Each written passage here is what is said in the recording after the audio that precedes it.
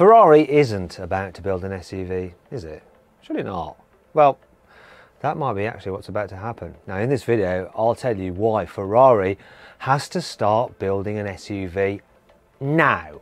And I'll show you exclusive renderings of what this new car could look like. And I'll show you these throughout the entire video. So stick around to make sure you see them all.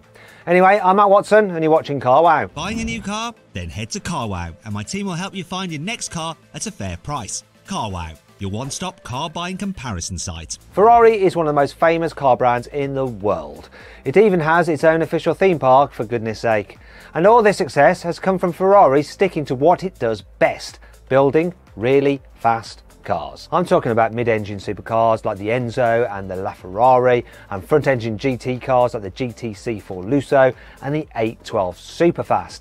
These four cars all had one thing in common: an incredible, naturally aspirated V12 engine. Okay, so Ferrari has also made plenty of legendary cars with V8s, like the 488 Pista, but the V12 is what it's most famous for. But even though it's an iconic engine, Ferrari can't keep making them forever. Partly because cars with massive naturally aspirated V12s will never pass strict emissions tests in the future. Now Ferrari knows this, which is why it's put a load of effort and a load of cash into developing some new hybrid supercars. And there could be a new hybrid SUV on the horizon too. I know this sounds like blasphemy, but plenty of other sports car brands have shown it's possible to stick to their roots and build an SUV. Take Porsche for example. It used to make sports cars and nothing else, like the 911 and the Boxster. But last year, around 60% of all the cars Porsche sold were actually SUVs, like the Cayenne and the Macan. I guess this means Porsche is technically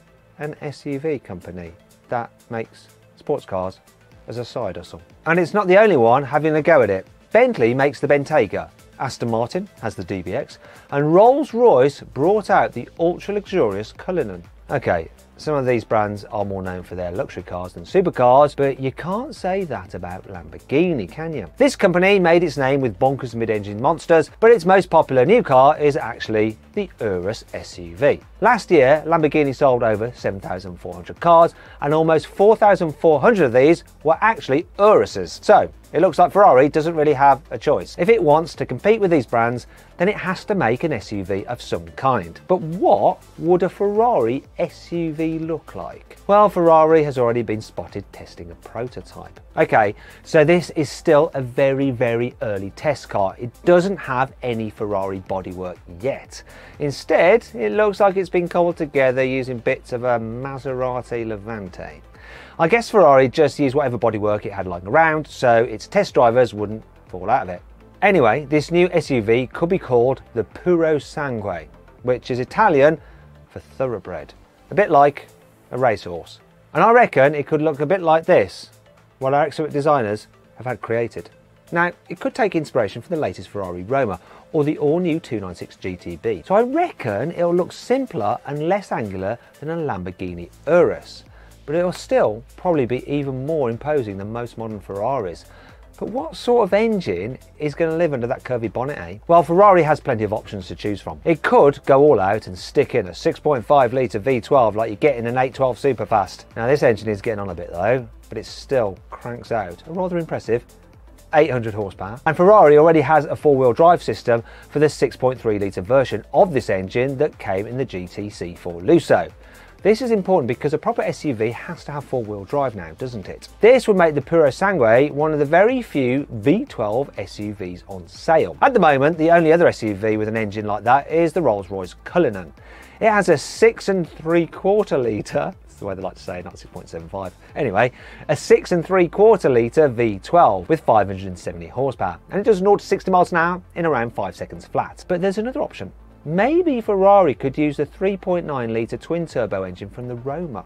This makes 620 horsepower, which is 30 horsepower less than you get in a Lamborghini Urus. So Ferrari will probably have to give it a bit of extra boost for its first SUV. Or it could go down a different route and maybe fit this V8 with a hybrid system and electric motors from the new 296 GTB. That new supercar uses a 3-litre V6 with 663 horsepower, but it also has an electric motor that boosts overall power output to 830 horsepower. This would mean the Puro Sangue could make almost 780 horsepower, which is around 140 horsepower more than an Urus. And that car's already seriously quick. In fact, it's one of the fastest SUVs I've ever driven. Although there is one SUV out there that'll give it a serious run for its money. Now, I'm not going to tell you what it is, but there should be a link just popping out there. Click on that. You can watch the video where I drag race that particular SUV. Anyway, back to the Ferrari SUV. Now, there is a problem with using the engines from the Roma and the 296 GTB then. Both of these cars, rear-wheel drive. This means Ferrari would probably have to design a whole new four-wheel drive system for the Puro Sangue if it wanted to use these engines. But there's a fourth option that could be a lot simpler. Ferrari could borrow some parts from the 1000 horsepower SF90 hypercar. This has a larger 4-litre version of the Roma's twin-turbo V8 with 780 horsepower, but it also has 3 electric motors that add another 220 horsepower. One of these motors sits at the back and drives the rear wheels, but the other two, which make about 135 horsepower combined, drive the front wheels. Here's the clever bit. I reckon Ferrari could take these two motors and use them to drive the new SUV's front wheels.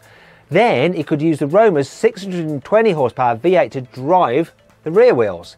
This would mean the new car could have around 755 horsepower. That's more than any other SUV on sale right now.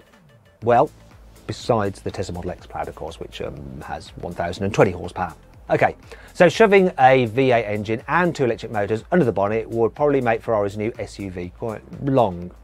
But then, when has length been a problem for Ferrari? I mean, just look at the 812 Superfast. It should actually be called the 812 Super Vast. Anyway, I think the new SUV could look something like this.